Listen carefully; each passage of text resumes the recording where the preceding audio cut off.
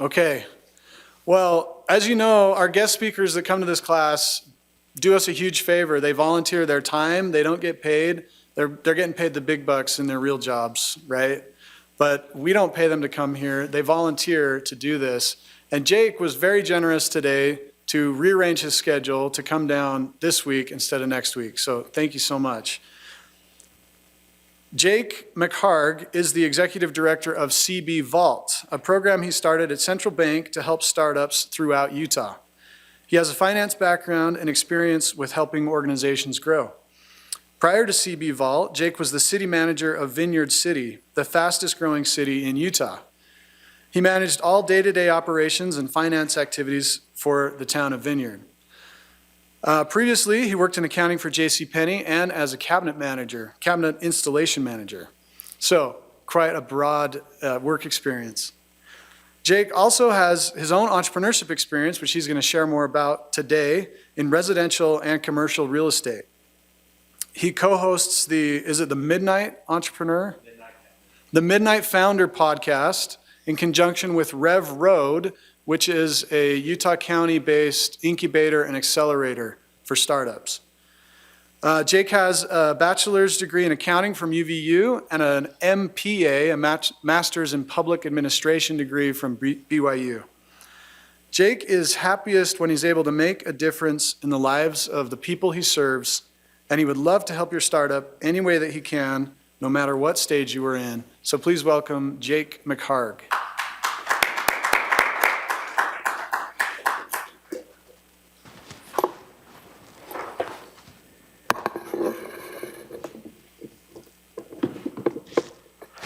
Okay, can you guys hear me okay? Thumbs up? Yeah, good? Or did it go to sleep? I'm sure it did.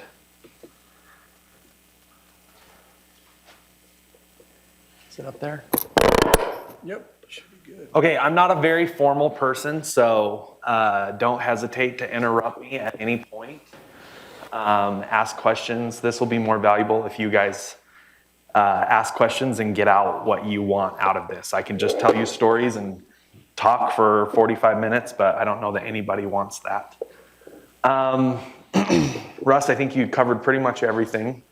The golf tournament's going to be a good opportunity if you have a startup, even if it's pre-revenue, you haven't really got it off the ground. What we're trying to do there is pair up new companies with investors, venture capital firms, successful entrepreneurs, just provide a networking opportunity for these young companies to get feedback and advice from the golfers. So the golfers will be successful professionals, they'll be entrepreneurs, they'll be venture capital firms, angel investors. We've got a lot of great teams that have signed up for the tournament, and we've got a lot of cool companies that have signed up as well. So I'll get the application out to you, and you can send it to these guys. My contact info is here. This is my cell phone number, my work email address, if you want to follow me on LinkedIn as well. And if you want to reach out, I can connect you with all of that stuff as well. I'll tell you a little bit about me. This is my family, wife and 3 kids. My oldest is Hadley, she's 9. My second is Emmy, she's 6, and then our youngest is Graham, and he's 4. We spend most of our time outside. So wakeboarding, rock climbing, mountain biking, and I spend a lot of time shed hunting, which is a weird hobby that most people don't know about. I tell people I go shed hunting, and they think I'm looking for like garages. Yeah. So we spend a lot of time rock climbing, canyoneering. I would say yes, I'm happiest when I'm helping people, but I'm also happiest if I'm outside in the sun. So Russ is right. I started in a cabinet shop. What he doesn't know is that my first day in the cabinet shop was when I was 3. My dad started Todd's Cabinets in 1989. And so I got a really early taste of entrepreneurship.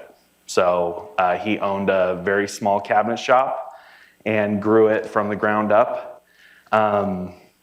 I learned a lot of great lessons from him. I saw him struggle. I saw good times, I saw bad times. And so I've got a slide here that talks about the positives and negatives that I saw. My dad had a lot of flexibility, so he was able to go on all my campouts with me. He was able to go to all my baseball games. He had control over what he did on a daily basis, so he had the autonomy to make decisions. He had control over the direction that the business went and the decision making.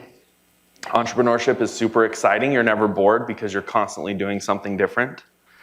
You have ownership, so if you make a lot of money, you make a lot of money, but if you don't make a lot of money, you personally don't make a lot of money either. So one of the things about entrepreneurship that is a positive, I think, is you wear every hat. So you get to be involved in every decision that's involved with the business.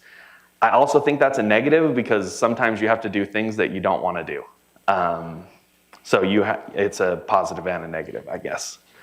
Some of the negatives that I saw with my dad growing up is he had a really tough work schedule. One of the jokes that I hear a lot with entrepreneurs is they gave up a 9-to-5 job for a 5-to-9 job.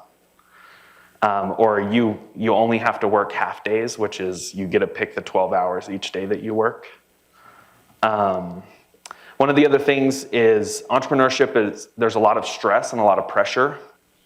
And you have to be okay with that. And I saw that pretty often with my dad. There's a lot of weight. You're the one that has to get it done. And nobody else is going to do it for you. And so, there are tough days in entrepreneurship. I remember when we were getting ready to go on a family vacation, which didn't happen very often. I think I was 15. My dad had a job that needed to get done, and we were getting on a cruise in California the next day, and I think we had timed it out. And in order to make it to the cruise ship, we had to leave Mapleton, where I live, by 2 a.m. And at 10:30, we were still out at this job that we were trying to finish that had to get done before we left. And the whole family was there at 10:30. So entrepreneurship is a grind sometimes. But that's also really exciting. It's fun to be able to have hard things like that and a task like that and be able to accomplish it. So, the bottom thing. So I told you I started when I was 3. My dad opened the cabinet shop in February of 1989. I was born in December of 85, so I was like 3 years and 2 months old. I don't know why my dad decided to take me to the shop that first day, but he did. So I'm at the cabinet shop, and I remember I was building a robot out of wood, which, I don't know what that looked like, but I remember building a robot. And I was standing behind a table saw, and my dad was cutting out a front, which is like the front of the cabinet. So he's cutting out the frame, and he was cutting a long piece of wood. And sometimes with the table saws, they spin backwards, and so they'll catch the piece of wood that you cut off and shoot it out of the table saw. Well, I just happened to be standing right behind him, and it caught and hit me right in the forehead. Stuck in, knocked me out cold. My dad said he looked back as he watched me tip over and this 8-foot long stick of wood is sticking out of my head. And he thought he'd killed me. So you can imagine the stress your first day starting your new business, and you think you killed your oldest boy. I ended up with 40 stitches and a giant hole right above my eye. So entrepreneurship, I wasn't sure was for me at a young age. I did learn a ton of lessons, though, from my dad. He started his cabinet shop in 1989. I didn't know at the time, but he didn't own a truck. So if you can think about what that is like, He had the ability to build cabinets because he rented a shop, but he had no ability to get those cabinets from the shop to the customer's house. So for the first couple years that he was in business, he had to borrow a truck. So one lesson that I learned is don't wait for everything to be perfect because you'll never stop waiting. My dad's been in business since 1989, and he's been successful since 1989. And who knows if he ever would have left and gone out on his own if he waited until he had a truck, or he waited until all of the questions that he had answers. I really like this quote by John A. Shedd that says, "A ship in the harbor is safe, but that's not what ships were made for." And I think that just, again, reiterates that point that you guys probably have ideas today that you're waiting on. You don't have everything figured out. You're not sure. There's problems with the business, or there's problems with your idea that you don't have answers to yet. My encouragement for you is just start today. Like, take the first step. Put yourself out there, get the process started, whatever that looks like. Start a cabinet shop without a truck, but start the process. The other thing is, don't let setbacks or problems deter you from accomplishing your goals. I was at school at BYU, and I took an entrepreneurship class. And at the beginning of the semester, the teacher of the class, the professor, said, "If I can teach you one thing about entrepreneurship, it's to avoid it like the plague." He said, entrepreneurship is tough. It's way more difficult than getting a normal job. And he went on and on and on for like 30 minutes about how hard entrepreneurship was, and how none of us should do it. So if we got anything out of the class, it was that we should not be entrepreneurs. And I was like, what the heck? This is an entrepreneurship class. Like, what is he doing? And so I asked him, and he was like, we'll get into that. Well, at the end of the semester, he said, at the beginning of the semester, I told you guys entrepreneurship's not for you. He's like, we had a few students leave the class. You need to be thick-skinned as an entrepreneur. If you could get deterred by somebody saying entrepreneurship is hard and it's not for you, then entrepreneurship is really not for you. You have to be thick-skinned. You have to be willing to get through the challenges. You have to be willing to take negative feedback like that and just put it aside. Because if you can't, then entrepreneurship is not for you. The last thing is another quote that I got from my dad that I have used not only in entrepreneurship, but also throughout my career. If not me, then who? And if not now, then when? So just being willing to take on responsibilities and accomplish tasks, even if you don't know how to do them. All right, I'll tell you some funny stories. I was a weird kid growing up. When I was in 6th grade, does anybody know what a Chupa Chup sucker is? I don't even know if they sell them anymore. Okay, you do. You do. Smartie on a stick, right? Kind of like just They're like a milky candy sucker. Anyways, I have a sweet tooth. I've always had a sweet tooth. Sorry. Yeah, it's like they're like a little sucker, like a Dum Dum, but like probably twice the size. Anyways, I was in 6th grade, and I decided that I was going to buy a bunch of these suckers at the grocery store, and I took them to school. So I was just eating one in class. Well, this kid next to me was like, "Hey, can I have one of those?" And I was like, "Yeah, for $0.25." And he was like, "Okay." And he gave me $0.25, and I had bought it for $0.05. And back in my day, you could buy those for $0.05. But I bought it for $0.05, sold it for $0.25, and so I had this idea. I was like, man, I could make a fortune on these things. So I took everything out of my bank account. It was like $20 at the time. And I went down to the grocery store. My mom took me, and they used to sell them in these huge bins. And I literally bought the entire bin. Took it home, and I started taking these Chupa Chup suckers in my backpack to school. And I was just like peddling them to the kids at school. Like in every class, I'd be like, "Anybody want some suckers?" And like thinking back, it's like the weirdest thing ever. I don't know why. But I was making great money until the principal got called because they thought I was selling drugs. So what ended up happening though is Chupa Chups, they sell like 10 different flavors, and some of them are just downright nasty. Some of them are good, but I ended up with like 500 coffee flavor that I just couldn't get rid of.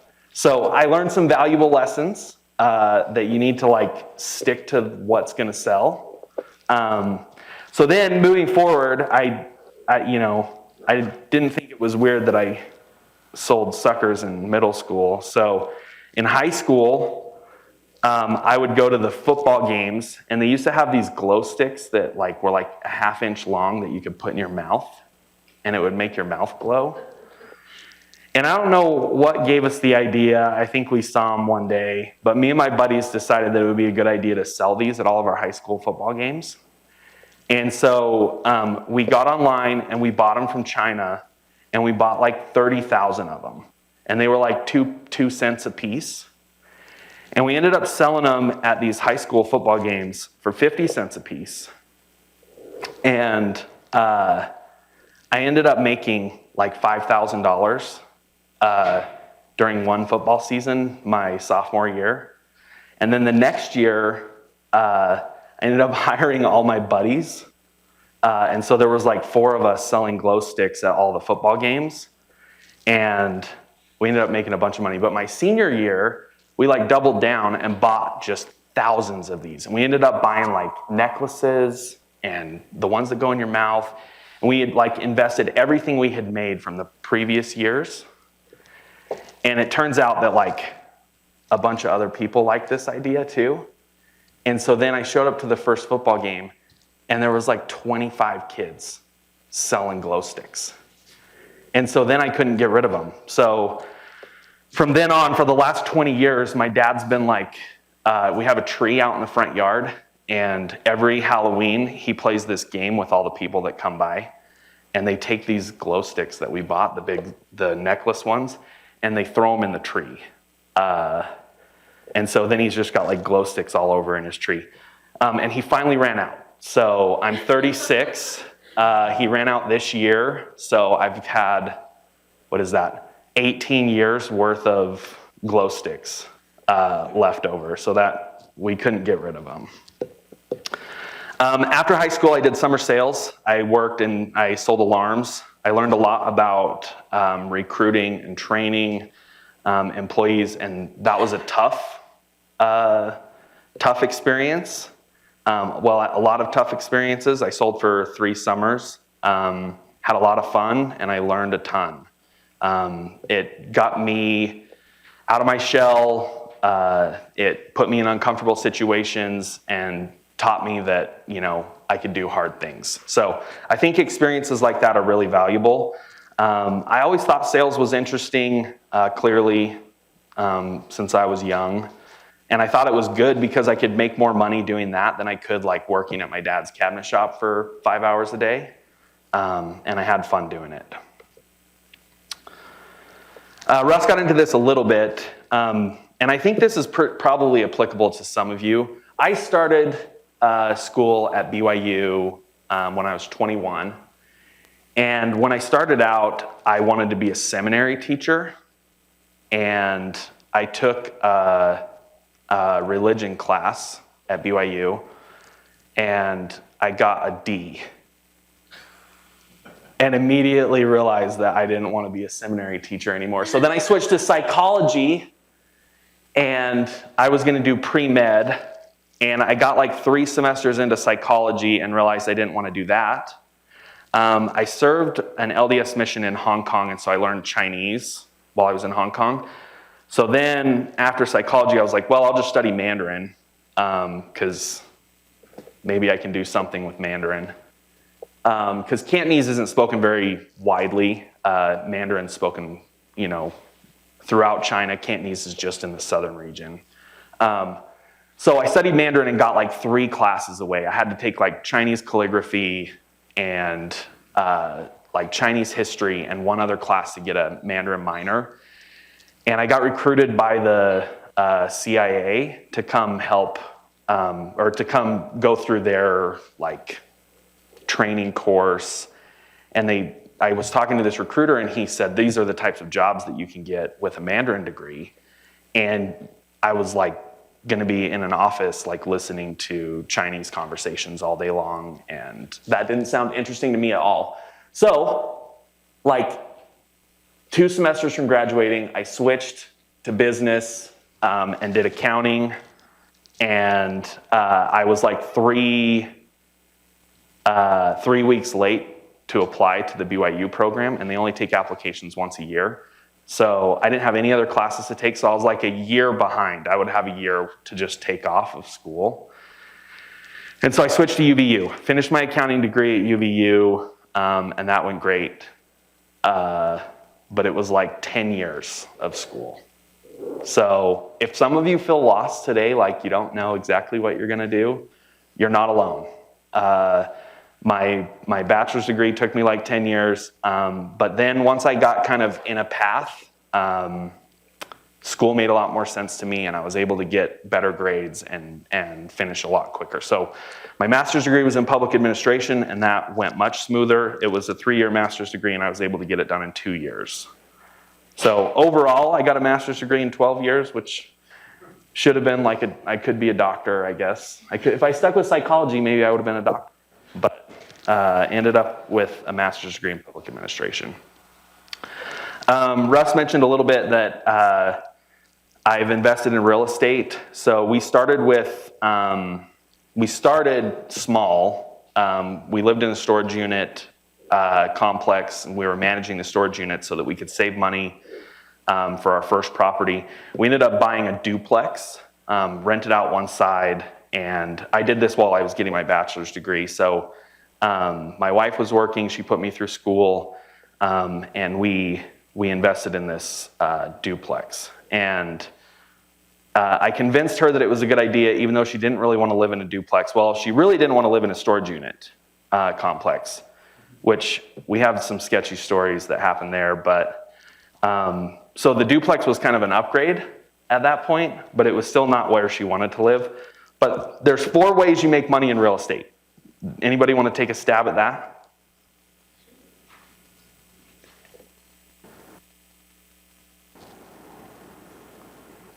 Selling the house. Okay, so you make it over time with appreciation. So from when you buy it to when you sell it, assuming the market goes up, you're going to make money in appreciation. Anything else? There's 3 other ways you can make money with real estate.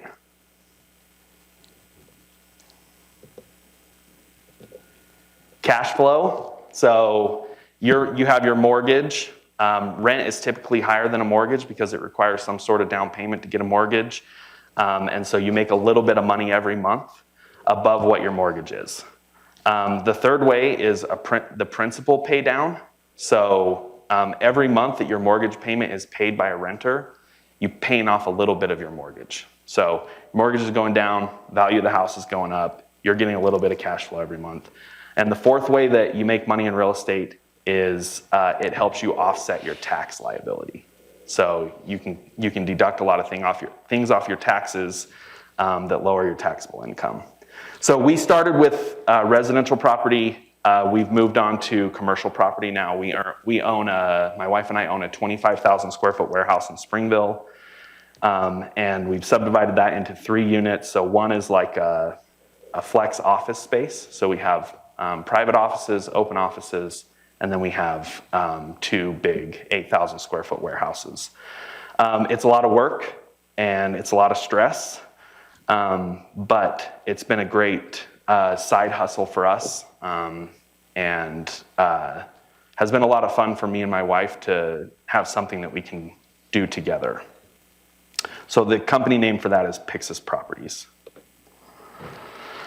I started with JC Penney, and I left the cabinet shop after I got my degree, and went to JC Penney and realized immediately how inefficient corporations are run.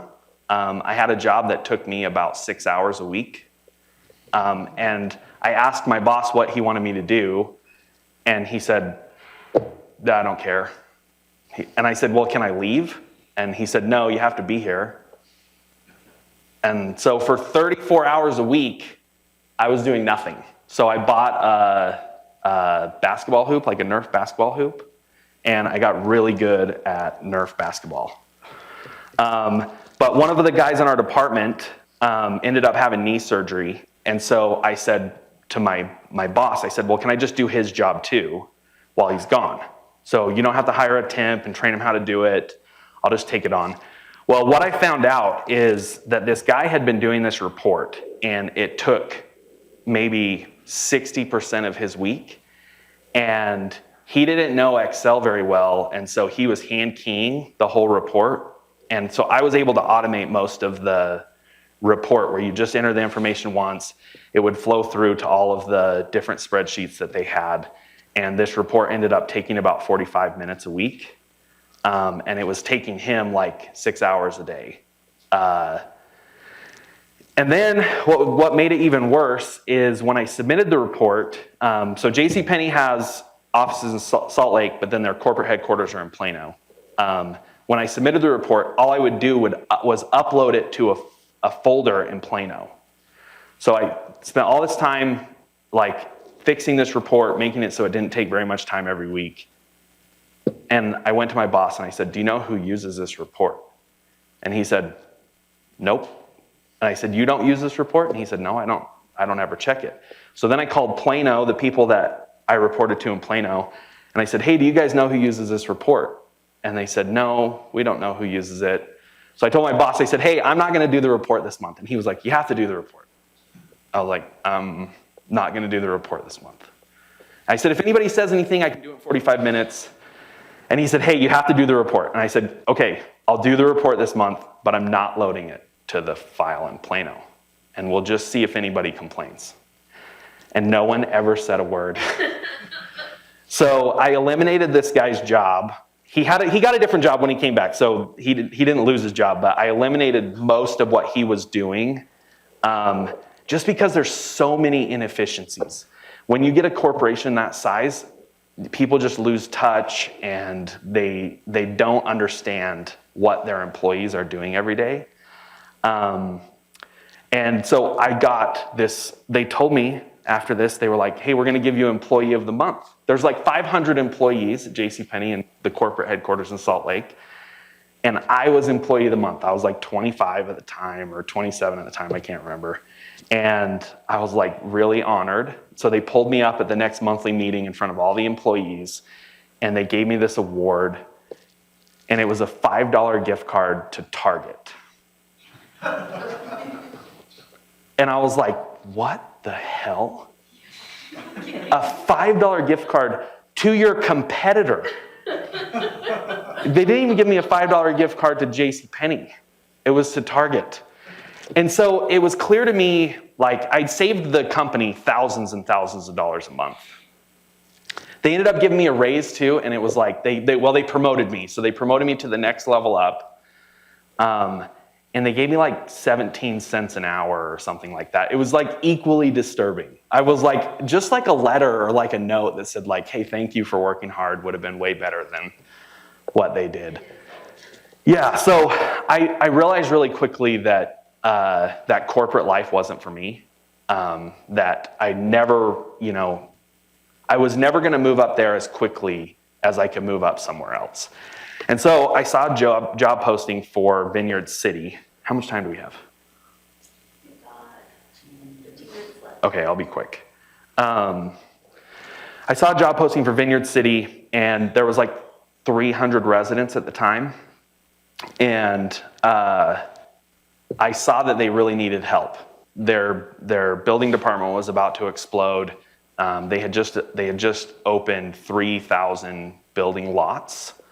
And so for a town that has 300 people, there was like 40 houses, and they were all on one street, and they were all like two families. The city council didn't know what they were doing. The staff, they had 2 part-time people. They were way overwhelmed, had no idea. And so I was like, hey, this is an organization that I could come into and actually make a difference. And so I jumped in and I took on every responsibility I could possibly take on. So I started out as the treasurer. They made me the finance director really quick. They then handed HR over. They made me the city manager after 2 years. And I was a city manager until 6 months ago. And so the city went from 300 people to 25,000 people. And we had a staff of 45 employees when I left. And so I learned so much in Vineyard. Just a lot about entrepreneurship as well. Part of growing a business, you just have to be willing to embrace ambiguity. Like, you don't know what every day is going to look like. You don't know the answer to a lot of the questions you're going to get asked.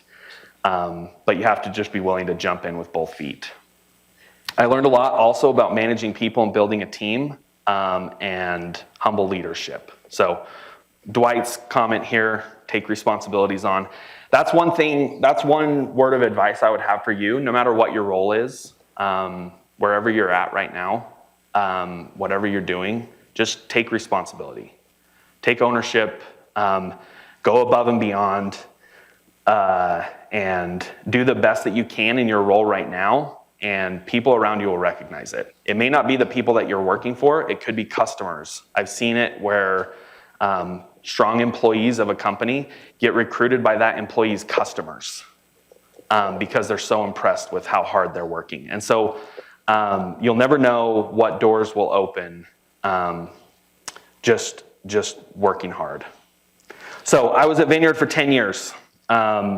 Started with, in a really small role, and ended up being the city manager for the last 7.5. And it was an incredible experience. And this actually happened to me. So the president of the bank met me through my role with Vineyard City. And he has this idea that he wants the bank to be known as the entrepreneurial bank of the state. And so he came to me and said, hey, we need somebody that's not a banker to come do this because we don't know how to talk to entrepreneurs. And banks don't deal well with entrepreneurs, and entrepreneurs don't really know how to talk to banks because they speak different languages. And so he asked me if I would come start this entrepreneurship center called the CB Vault and just run with it. And so I asked him what it looked like, and he said, I don't know. It's really up to you. And so we didn't have any plans. And over the last 6 months, it's been really fun because we've been building up some different programs. So we built up a microloan program. We're doing a venture debt program. We've got a golf tournament that we talked about, doing the university relationships. So part of my job is to go to all the universities in the state and just let people know about our program, get involved, help the student companies, and then also doing sponsorships and things like that. The biggest thing that I'm doing right now at the bank is making sure that we're competitive from like an online and mobile banking solution, and then also offering other technologies that will set the bank apart for entrepreneurs. And that's something that's not happening at a lot of banks. You got all these fintech companies that are coming out that are answering those questions and providing those solutions, and the banks are kind of just sitting back, and I think it's going to be a bad deal for a lot of those banks. So it's fun to be on the forefront of that and be involved in that. How many of you are starting companies right now? Or have companies? Or have plans to start a company?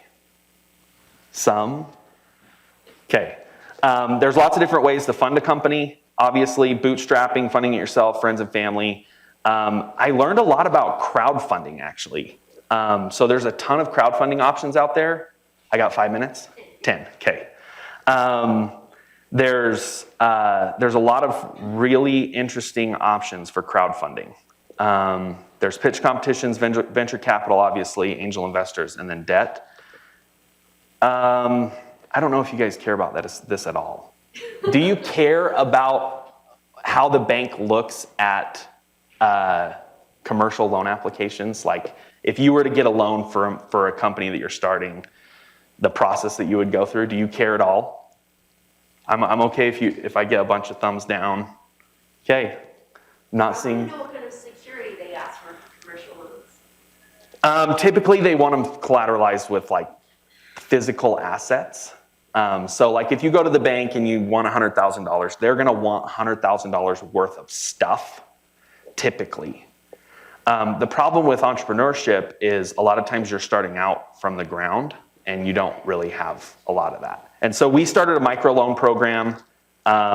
We're doing up to $50,000 for early stage companies that might not qualify for traditional funding. So that's less security. Obviously, if you have like no history at all, we're not just going to hand you $50,000.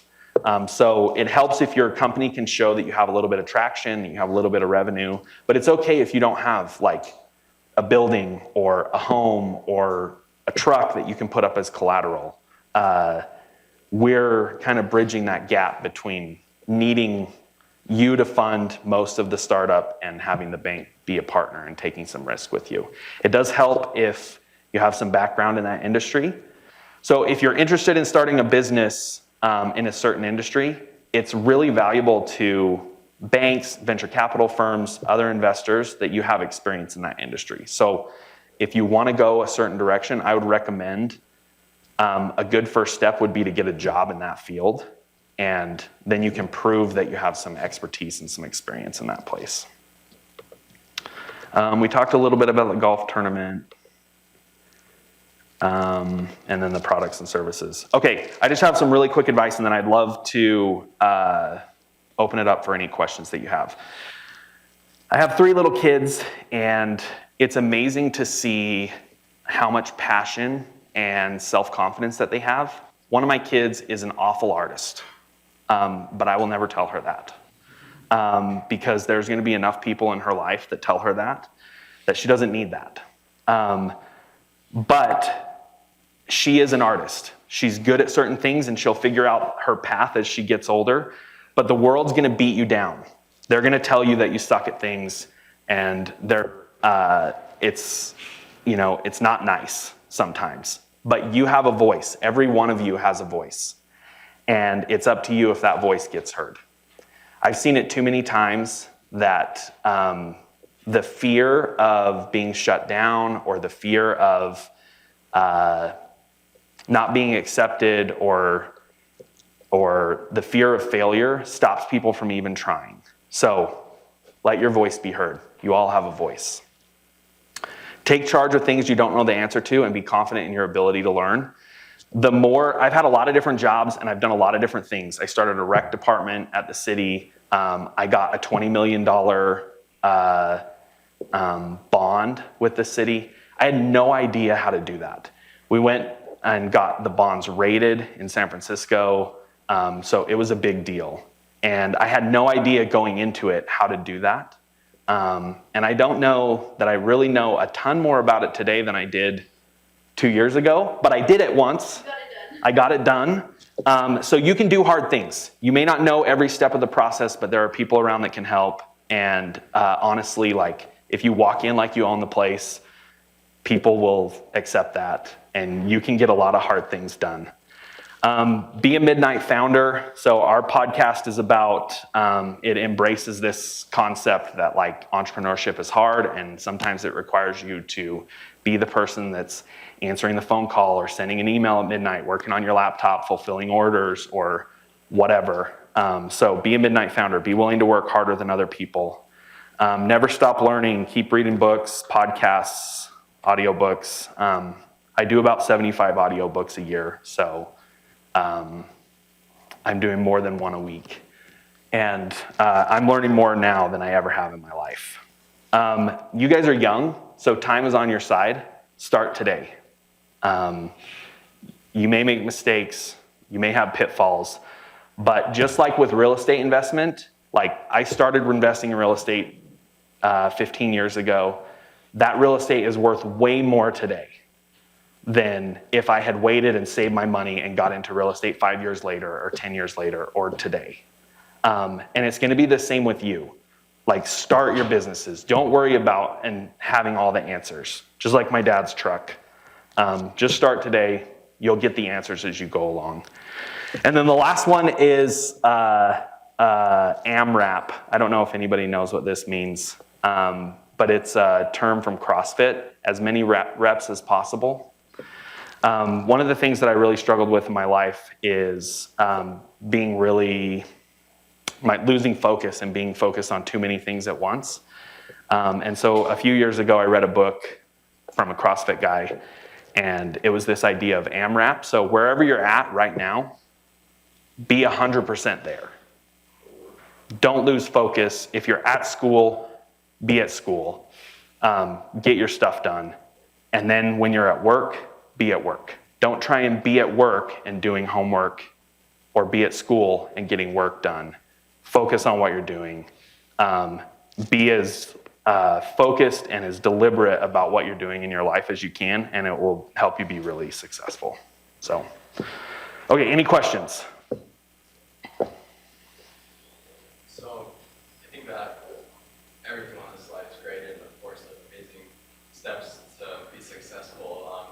I think throughout my life experiences, personally, when I'm looking at this, like I can feel myself getting exhausted, and I can feel myself, if I did these things consistently daily, like I would probably burn out in a matter of weeks or months. So do you have any advice on how to prevent burnout, or how to increase your supply of energy so you can sustain this? Yeah. Also, AMRAP this. Like, you need to find what fills that canteen. Whatever gets you back, because you will get depleted, right? Like school, work, all of those different things. It's exhausting.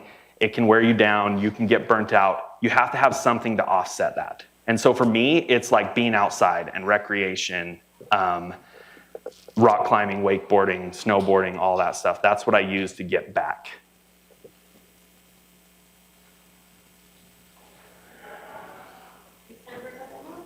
Out of your audiobooks, what are some of your top recommendations? Oh my gosh. I actually knew you were going to ask that, and so I was going to write them down. I'll send you a list. I've got a bunch of really good ones. I don't even know. There's so many. I don't even know that I have. I really like the podcast,